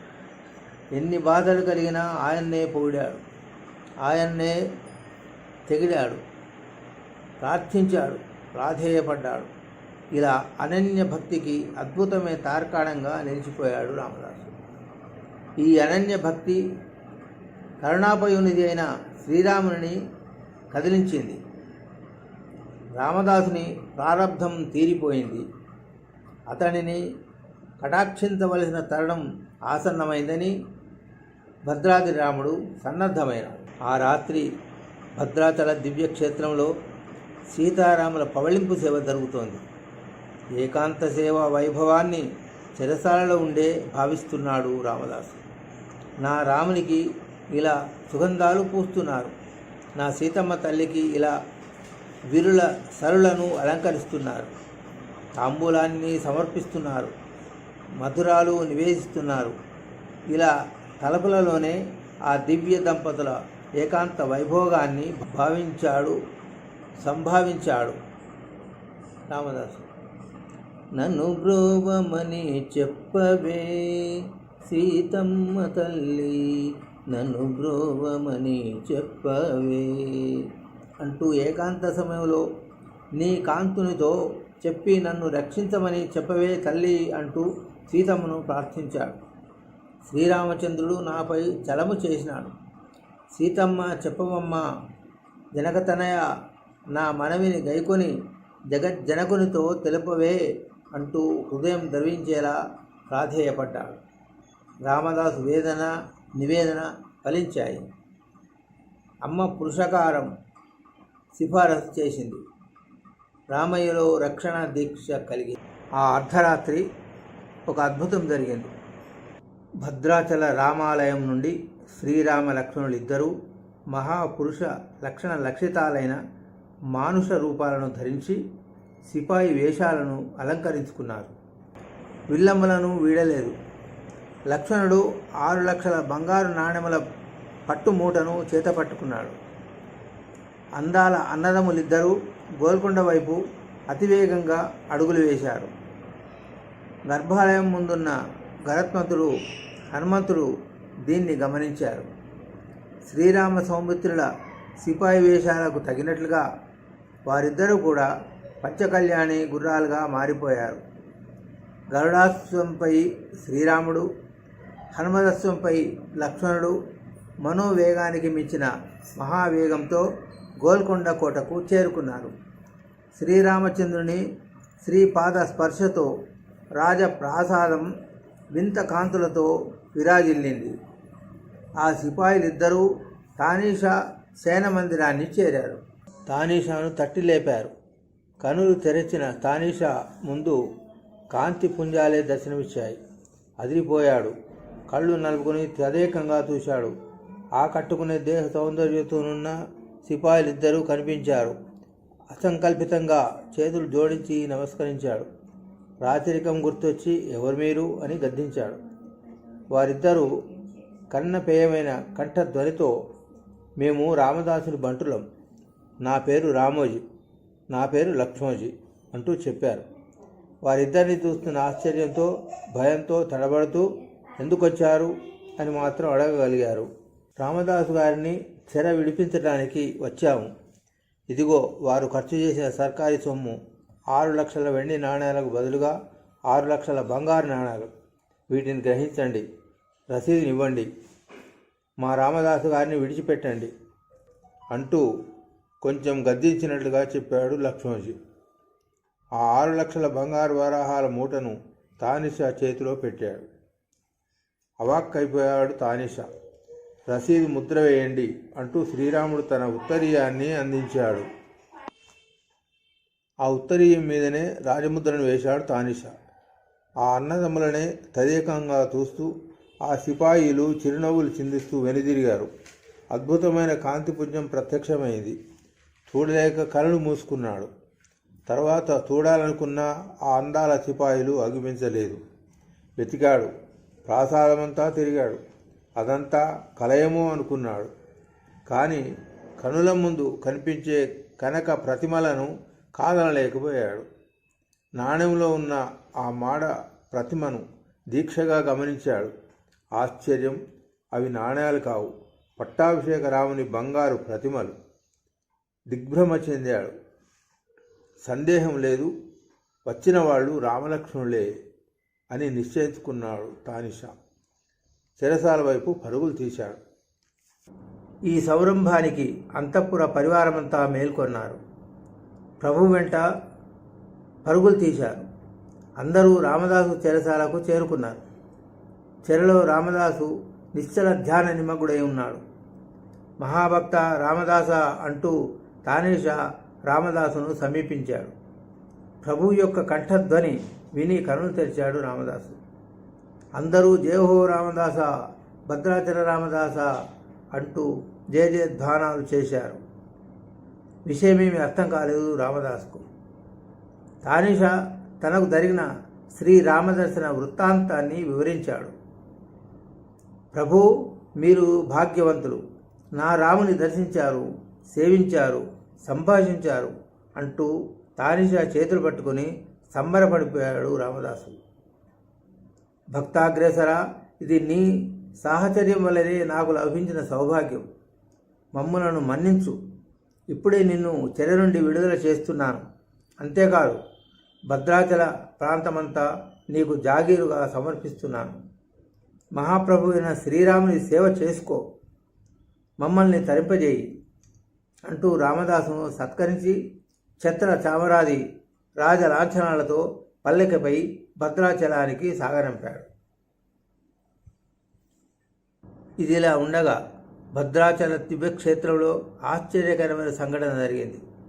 పవళింపు సేవ అయిన తర్వాత మరునాటి బ్రహ్మ ముహూర్త కాలంలో సుప్రభాత సేవ కోసం అర్చక స్వాములు ఆలయం తలుపులు తెరిచారు.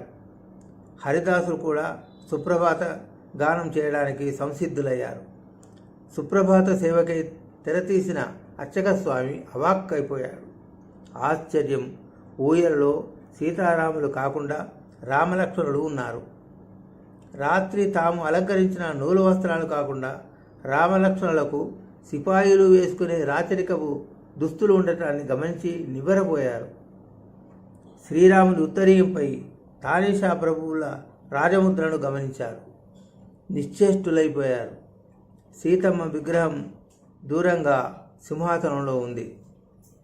ఇది అంతా ఒక అద్భుతమయముగా కీర్తించసాగారు.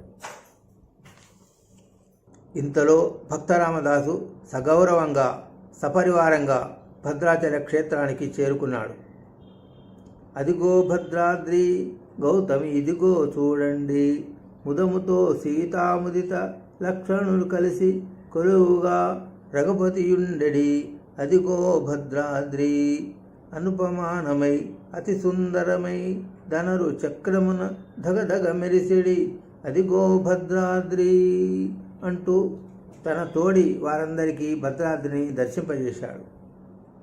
గ్రామస్తులు, భక్తులు అందరూ హర్షాతిరేకంతో జయహో భద్రాచల రామదాస అంటూ జయజయధ్వానాలు చేస్తూ ఆనంద స్వాగతాంజలిని అందించారు. రామదాసు ఈ స్వాగతోత్సవాన్ని పట్టించుకునే స్థితిలో లేడు. ఎప్పుడెప్పుడు భద్రాద్రి రాముని సేవిద్దామా అనే ఆత్రంతో ఆలయం వైపు పరుగులు తీశాడు. భార్య కమలమ్మ, కుమారుడు రఘురాముడు మొదలగు వారందరూ అనుసరించారు. రామదాసు భద్రాద్రి రాముని ముందు సాగిలపడ్డాడు. పట్టరాని ఆనందంతో కీర్తించడం ప్రారంభించాడు. 24 అక్షరాల గాయత్రి మంత్రార్థమైన 24,000 శ్లోకాల రామాయణాన్ని 24 చూర్ణికలతో నిబంధిస్తూ ఆశువుగా సంక్షిప్త రామాయణ చూర్ణికను గానం చేశాడు. కేశవాది చతుర్వింశతి 24 మూర్తుల మంత్రాలతో సంపుటితమైన ఆ చూర్ణిక మంత్రమయంగా భాషించింది. భక్త రామదాస్ గారి ఆధ్వర్యంలో భద్రాచల క్షేత్ర ఉత్సవాలు ఇనుమడించాయి. సకలోత్సవాలు సార్వభౌమ వర్చస్కంగా సాగుతున్నాయి. అన్నిటిలో ముఖ్యమైన శ్రీరామనవమి ప్రయుక్త బ్రహ్మోత్సవాలు బ్రహ్మానంద సంభరితంగా జరుగుతున్నాయి. శ్రీరామనవమి నాడు సీతారామ కళ్యాణ మహోత్సవంలో శ్రీరామదాసు తన ఆత్మనే సీతమ్మగా భావించి ఆత్మసీతను కన్యాదానం చేశాడు. 3 మాంగళ్యాలతో మాంగళ్యధారణను చేయించాడు.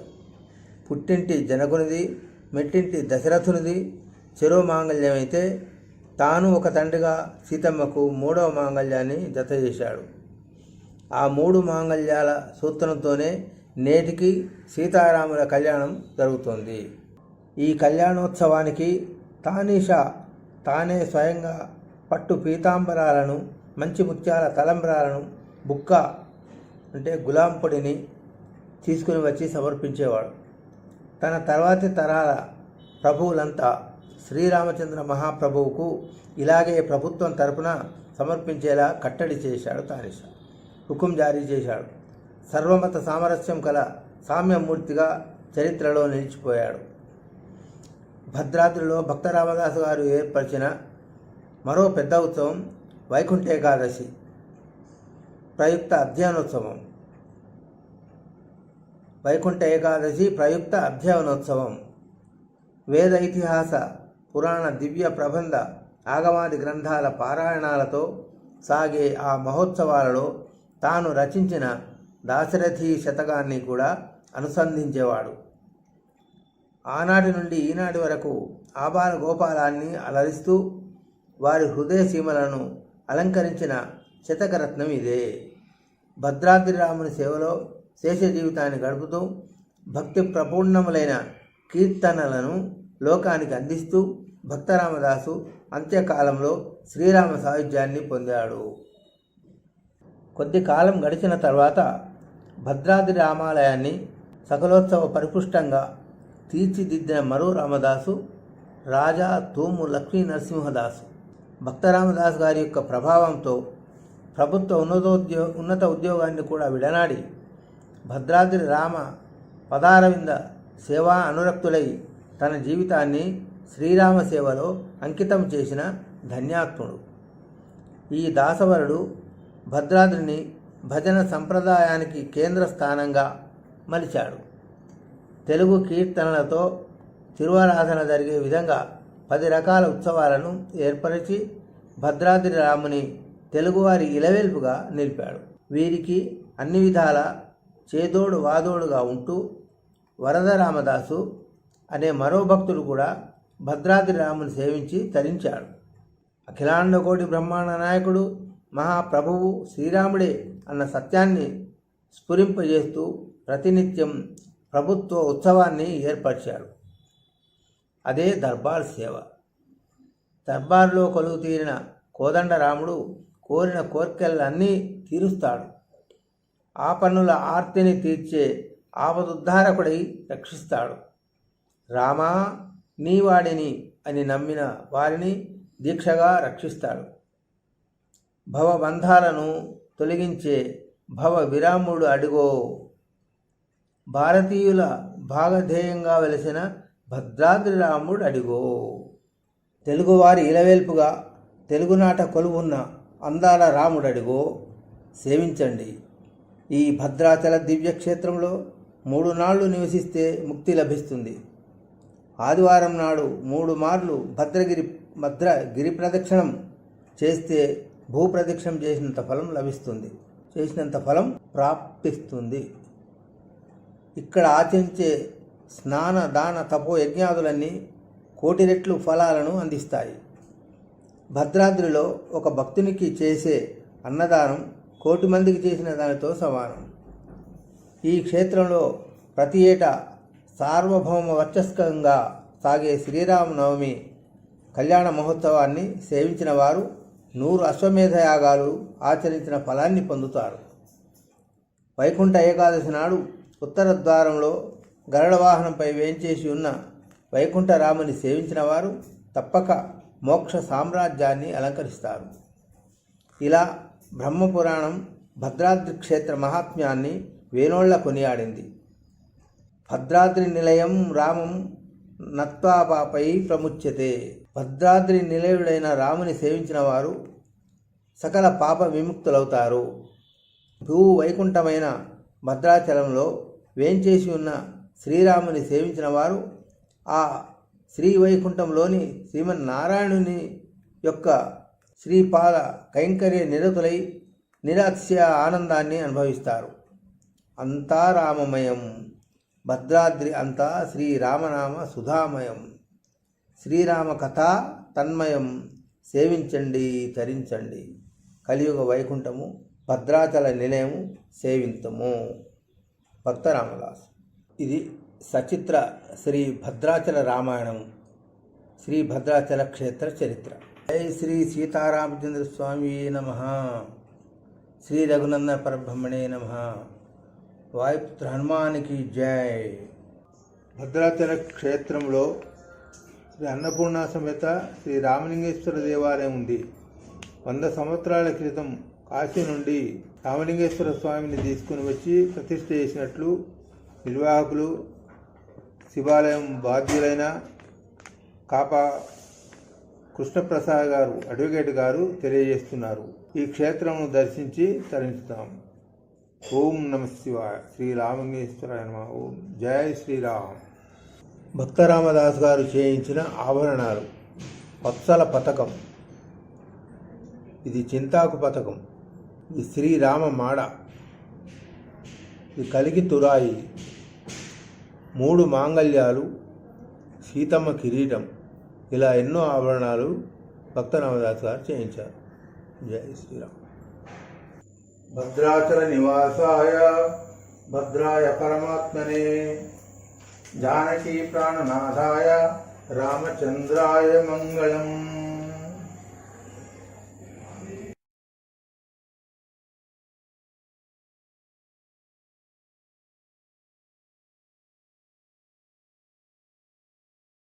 జై శ్రీరామ్. అదిగో భద్రాద్రి గౌతమి చూడండి. అదిగో భద్రాద్రి గౌతమి చూడండి. అదిగో భద్రాద్రి గౌతమి చూడండి. అదిగో భద్రాద్రి గౌతమి చూడండి. ముద ముద సీతా ముదిత లక్ష్మణులు కలిసి కొలువుగా రఘుపతి ఉండెడి.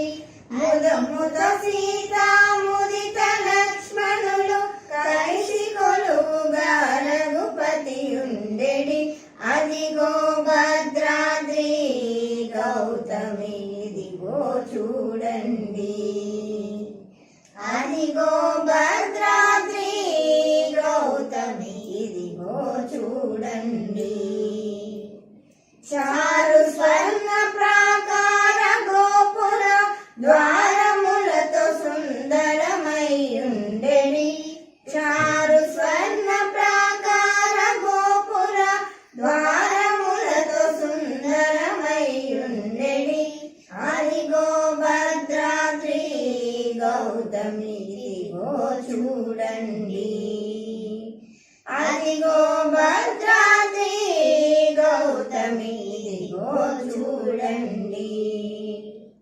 అనుపమానమై అతి సుందరమై తన రుచేత్రమున ధగ ధగ మెరిసెడి అనుపమానమై అతి సుందరమై తన రుచేత్రమున ధగ ధగ మెరిసెడి అదిగో భద్రాద్రి గౌతమి ఇదిగో చూడండి అదిగో భద్రాద్రి గౌతమి ఇదిగో చూడండి కలియుగమందున ఇల వైకుంఠము అలరుచున్నది నయమున మొక్కుడి కలియుగమందున ఇల వైకుంఠము అలరుచున్నది నయమున మొక్కుడి అదిగో భద్రాద్రి గౌతమి ఇదిగో చూడండి అదిగో భద్రాద్రి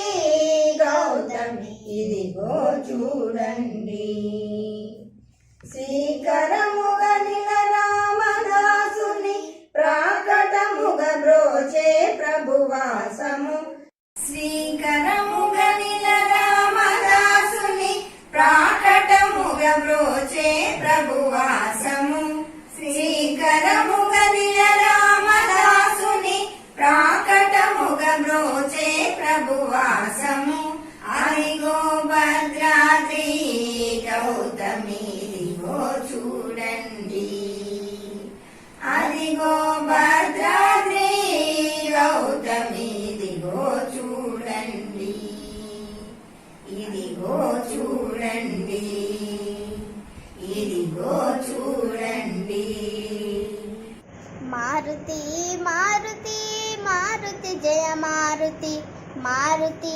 మారుతి మారుతి జయ మారుతి రామదూత మారుతి మారుతి జయ మారుతి రామదూత మారుతి మారుతి జయ మారుతి మారుతి మారుతి మారుతి జయ మారుతి మారుతి మారుతి మారుతి జయ మారుతి ఆంజనేయ మారుతి మారుతి జయ మారుతి ఆంజనేయ మారుతి మారుతి జయ మారుతి మహావీర మారుతి మారుతి జయ మారుతి మహావీర మారుతి మారుతి జయ మారుతి మారుతి మారుతి మారుతి జయ మారుతి మారుతి మారుతి మారుతి జయ మారుతి భక్తవజల మారుతి మారుతి జయ మారుతి భక్తవజల మారుతి మారుతి జయ మారుతి మహగాత ప్రియ మారుతి మారుతి జయ మారుతి భగాత ప్రియ మారుతి మారుతి జయ మారుతి మారుతి మారుతి మారుతి జయ మారుతి మారుతి మారుతి మారుతి జయ మారుతి మారుతి జయ మారుతి ఆంజనేయ ఆంజనేయ స్వామికి జయ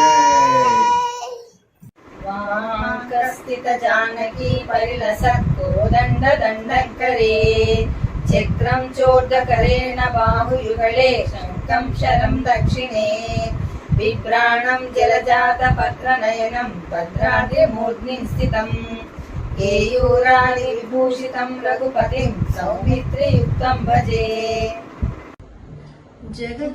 జగదానందకారకా జయ జానకి ప్రాణనాయకా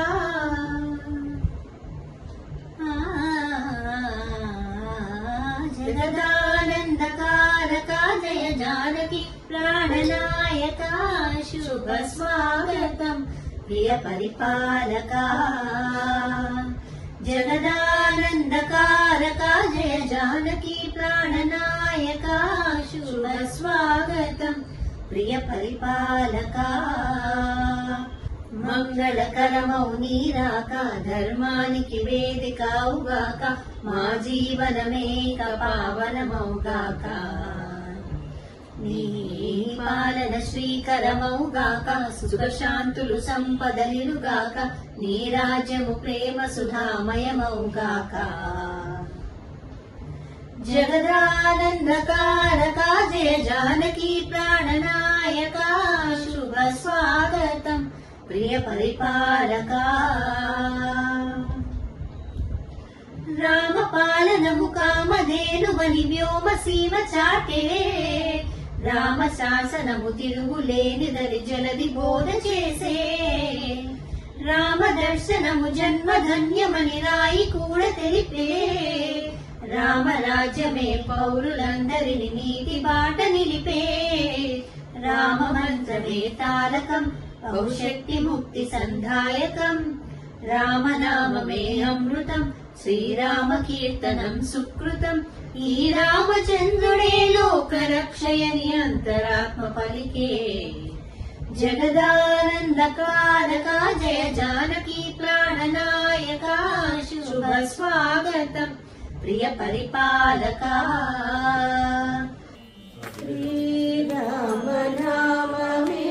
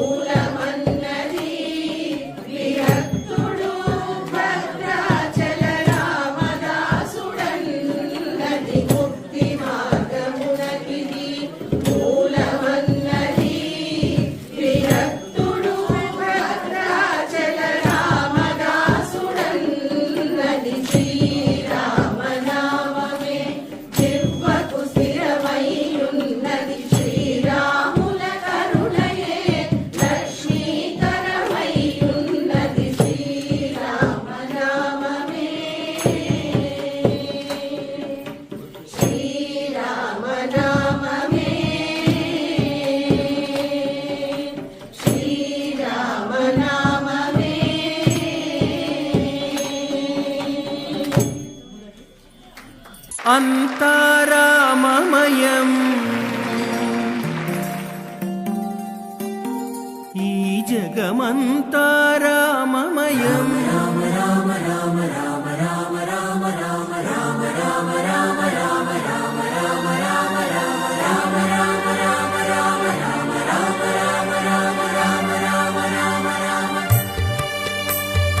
అంతా రామమయం ఈ జగమంతా రామమయం అంతా రామమయం ఈ జగమంతా రామమయం అంతా రామమయం.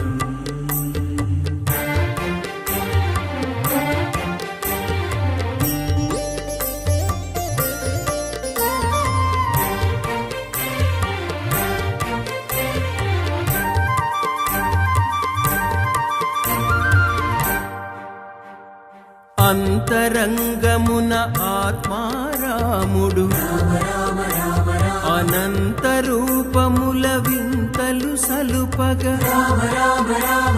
సోమ సూర్యులును సురలు తారలును ఆ మహాంబుధులు అవనీ జంబులు అంతారామమయం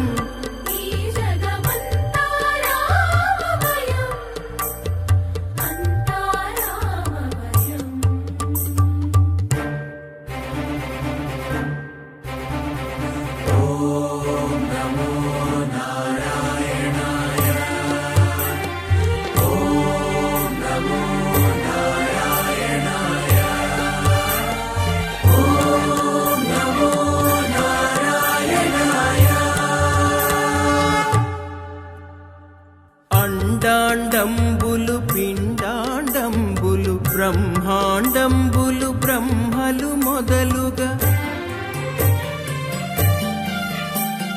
నదులు వనంబులు నానా మృగములు విహిత కర్మములు వేద శాస్త్రములు అంతా రామమయం ఈ జగమంతా రామమయం.